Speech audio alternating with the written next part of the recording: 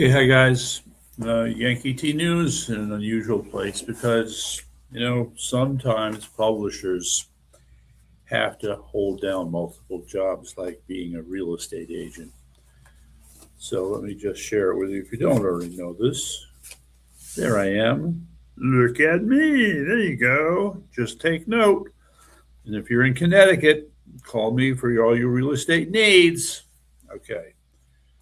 So, Saturday, June 13th. Jason is on vacation. That's okay. This is going to be short. I have no idea how this is going to turn out. All I'm doing is what I could do in the front end here, folks. So let's deal with issue number one. Yes. What's happening in the world today? All right. So I'm a little Connecticut centric, guilty as accused, but I want to share these things with you. So, anybody who is in Connecticut who has followed what's been going on with the Republican Party knows that this former mayor of New Britain, Erin Stewart, has gotten herself into quite a bit of hot water.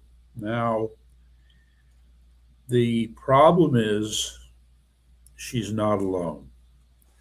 A federal investigation has been launched, and already the discussion is about where you're going to point your fingers, which way. Because what we will learn is that there were people in her administration that kept warning her these types of expenses, Erin, are improper. You should not be doing them. But she went ahead and did them anyway. But then you had other people who, maybe like a Nuremberg mentality, just followed her orders and recorded and processed these transactions as if they were legitimate when they were not.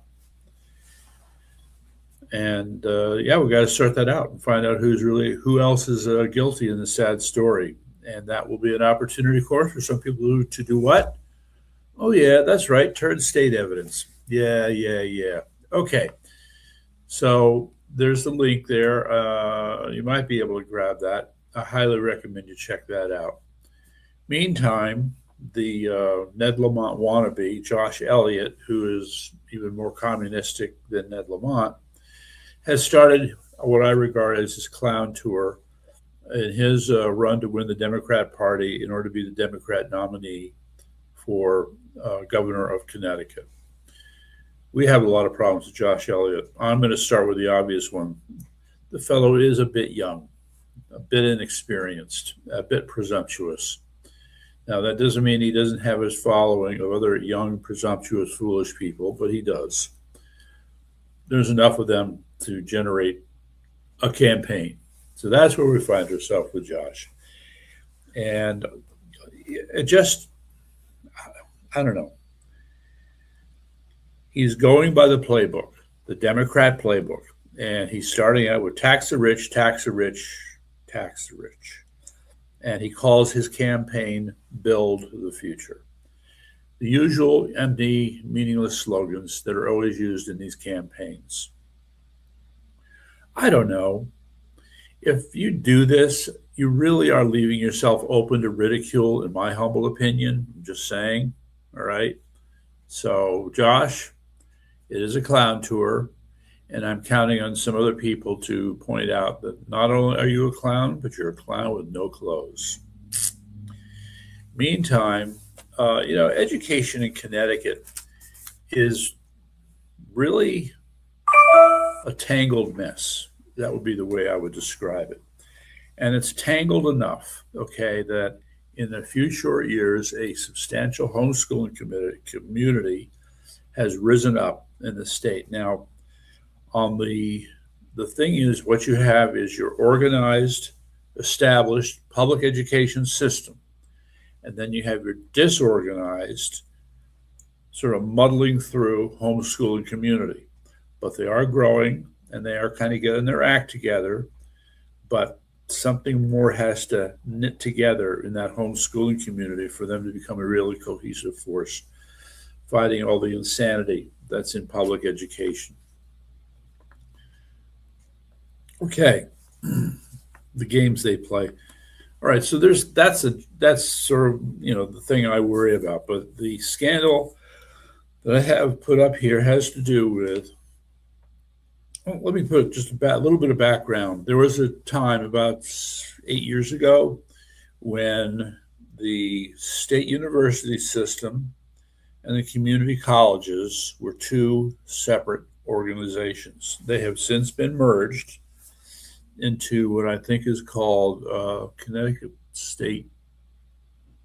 Universities and State Colleges. I think that's right. And wouldn't you know it, no sooner do they think they've improved their level of organization by consolidating different types of schools that have the same mission, higher education, than you have a bunch of scandals. So we've had 4 resignations, I believe, in a year, and there are at least 3 investigations currently underway. So the latest victim is a gentleman named Mr. Santiago, who is supposed to be the healer. He's supposed to bring some sense of order and a commitment to working for the future. Where have we heard that? In order to, I guess, get the management of the higher education systems from the state's perspective back in some kind of control. I'm a little skeptical. It's my plan to certainly learn more about them too, but boy, oh boy, they, I don't know. Anyway, what else do I want to say about the Connecticut education scandals? There has been some sign, but I'm not convinced that all this DEI and CRT stuff is beginning to be wound back a little bit. But we got a long way to go on that one. And I'll put in a bad word, of course, for this thing called Portrait of a Graduate. Just for background, folks, just to let you know, Portrait of a Graduate is an idea that was hatched by a group of people in a place. It's called Battelle Memorial Institute, Battelle Memorial Research Institute. It's a private nonprofit research organization. I mean, they're kind of at the low end of the food chain when it comes to government contracts and such, but they're still in there pitching. Somebody got the bright idea. Normally, they're working on technical problems, okay?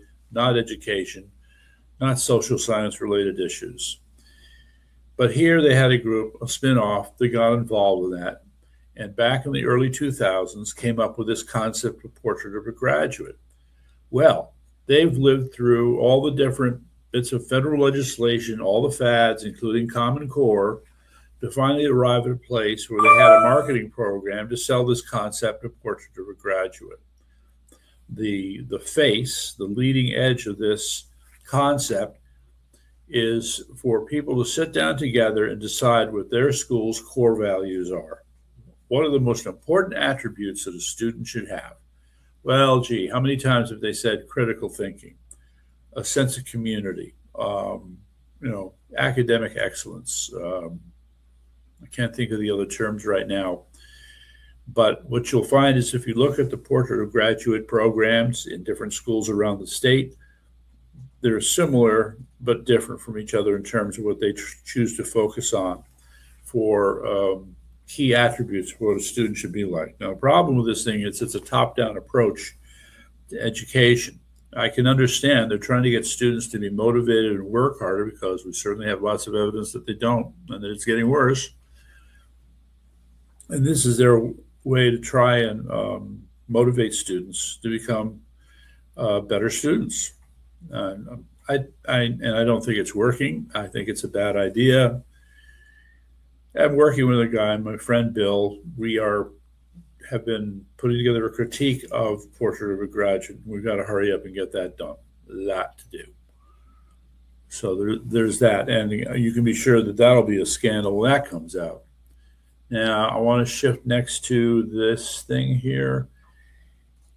The Muslim community, for lack of a better term, has been very aggressive about building out other communities in the state.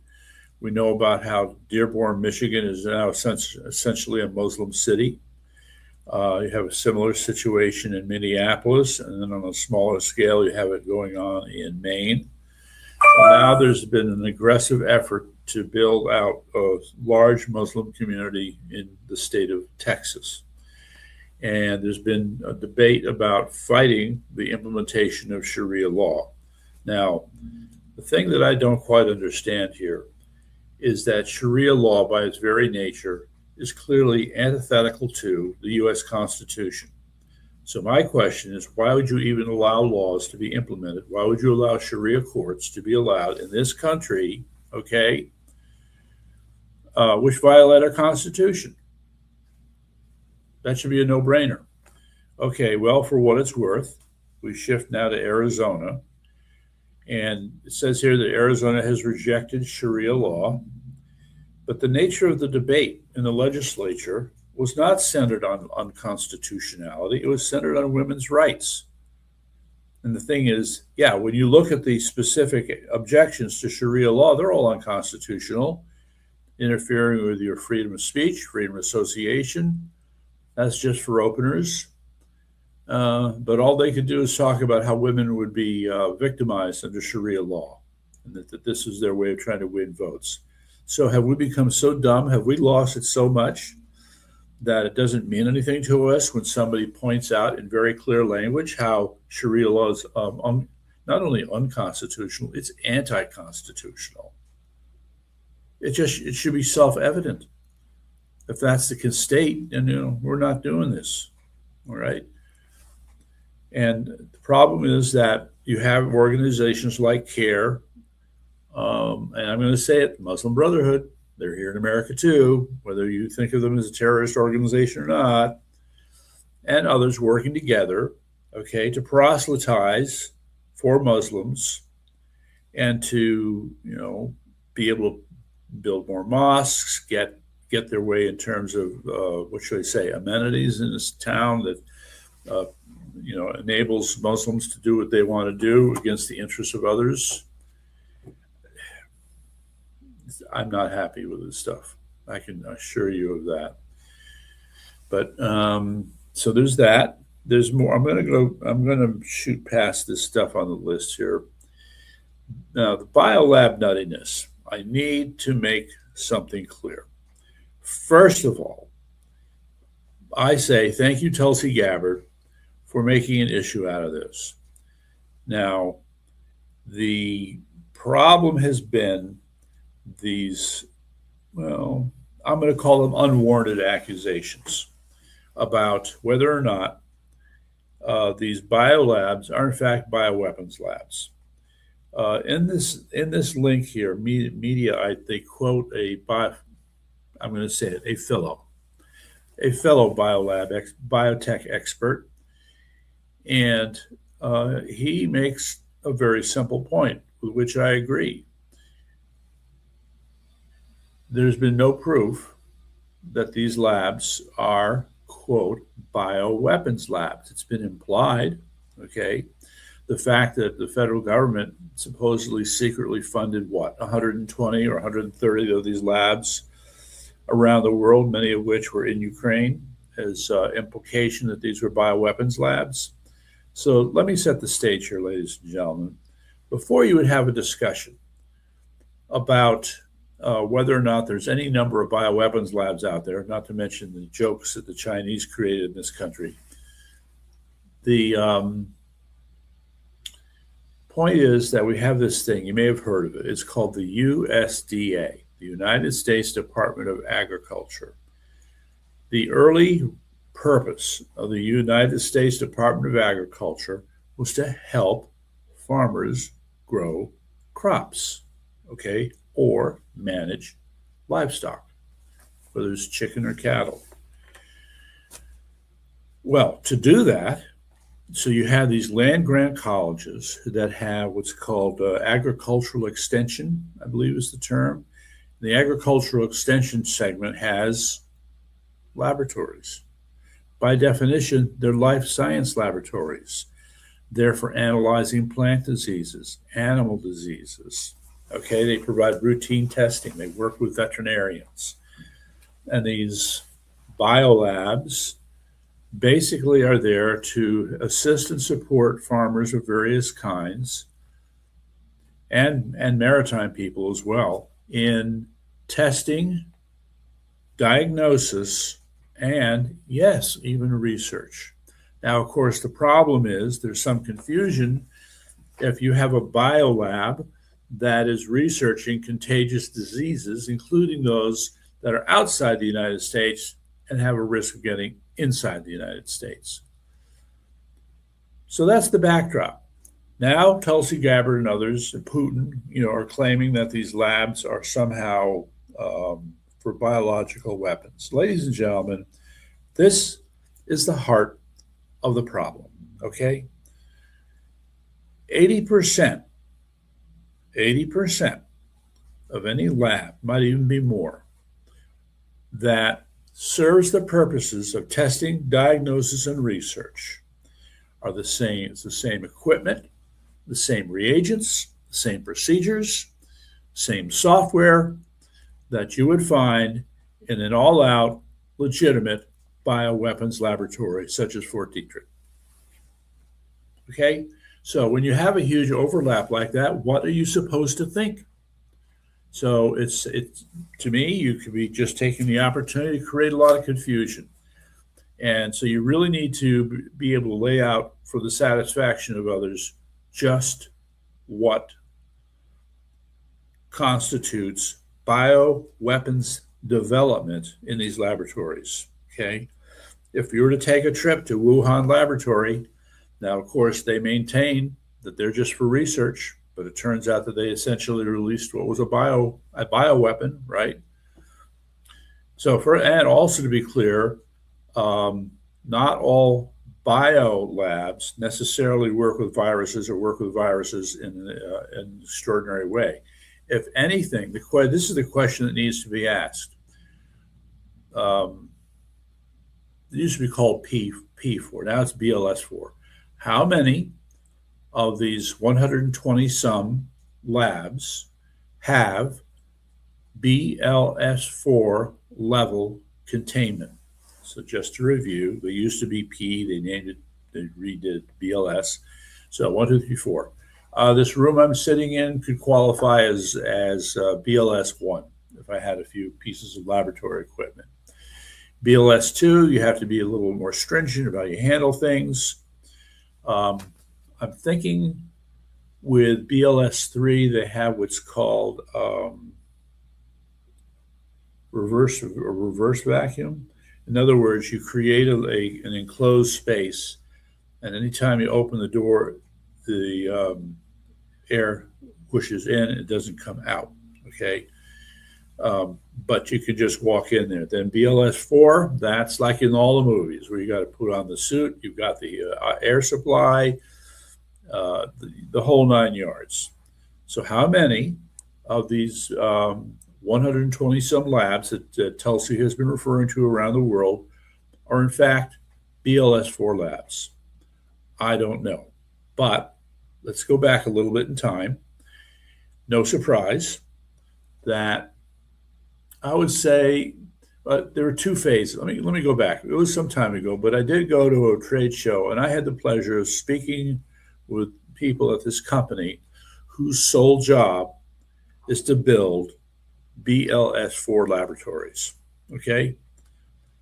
And so, no surprise, it's a highly regulated activity. So you need a group of people who are specialized, capable, understand what's involved, know how to work with the federal government to make sure that you're compliant in all facets, from your construction materials to your cleaning procedures to the operating equipment. It all makes up your BLS4 lab. It's got to all be there. And she was telling me that back then they were seeing an increase in business. And I know there was another article that was kind of claiming that BLS4 activity has gotten out of control.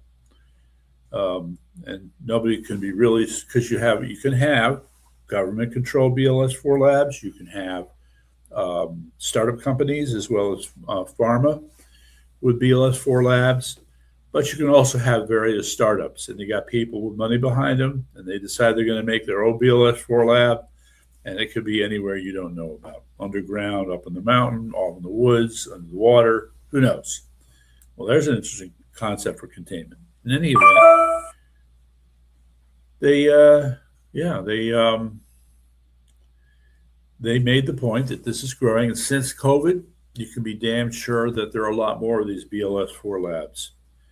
But if you look at the 120 labs, I haven't looked at the report, guilty, but the point is, if there's this number of labs out there, how old are they? How long have they been around? Who controls them? Okay, how are they regulated? These are all simple questions that should be answered. So I just don't know if this D&I report is comprehensive and deep and investigative. I think you have to go to a different federal agency. It's probably the FDA, where these are regulated. And by the way, how you regulate them can also be a function of the type of work that's being done in the lab. And so that's a whole other topic. Okay.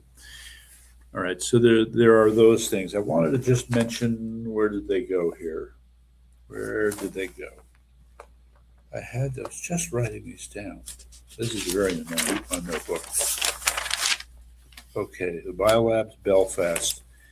So there's another title, another piece. It began in Belfast. All right, I talked about that last night and the night before, and I pointed out that it's getting very ugly there. You had people getting on, more pissed than you can imagine, sending a strong message to the British government about what happened in Belfast. But now you also have a video of men dressed up as militia types, wearing black, their faces covered up, holding weapons. And their message is, we're done. We are done. People are going to start to disappear now, is what it basically comes down to. And, the ominous message that comes from a video like that is only compounded then by another news piece, this one in Lancashire, UK, where an Afghan national attacked this poor 17-year-old girl in broad daylight in the middle of the street, stabbed her twice in the neck. Incredibly, she managed to get away and survive, and he's been caught. But, it's a fair question. How much more? So Keir Starmer, how much more of this are you going to tolerate? How much more of this are you going to let go down? So all you can do is lie. All you can do is lie about the situation and pretend that it's less serious than it really is. Yeah. So what are my closing thoughts on this? I will just say that Iran is another game in which we're just simply being deceived and dragged along. Another way to think about Iran is that you have two sides that share a common objective. They're trying to buy time. Okay, America's trying to buy time to be positioned to take over the regime, and the regime is trying to buy time to be able to fight off attempts to have them taken over. Who's going to win? Who is going to win? I wish we knew. Yeah, so now the talk is about a peace deal this weekend. They really think they're going to sign this weekend, but in the meantime, again, you keep getting these reports out of Iran saying, what are you talking about? We didn't agree to anything. Or did you agree to the pre-agreement agreement? Still don't know. Too many games. I'm going to say it. I don't want to say it, but I'm going to say it. There is a quality of desperation about what President Trump is doing. He is doing the best he can under the circumstances, but he keeps trying to position this towards some kind of resolution, and they keep pushing him back and saying there's no resolution. So that's kind of embarrassing to him when they say that. So he could counter it by saying, well, what they're saying in public and what's going on in the background are different. Fine. But you still have all this crap going on. Okay.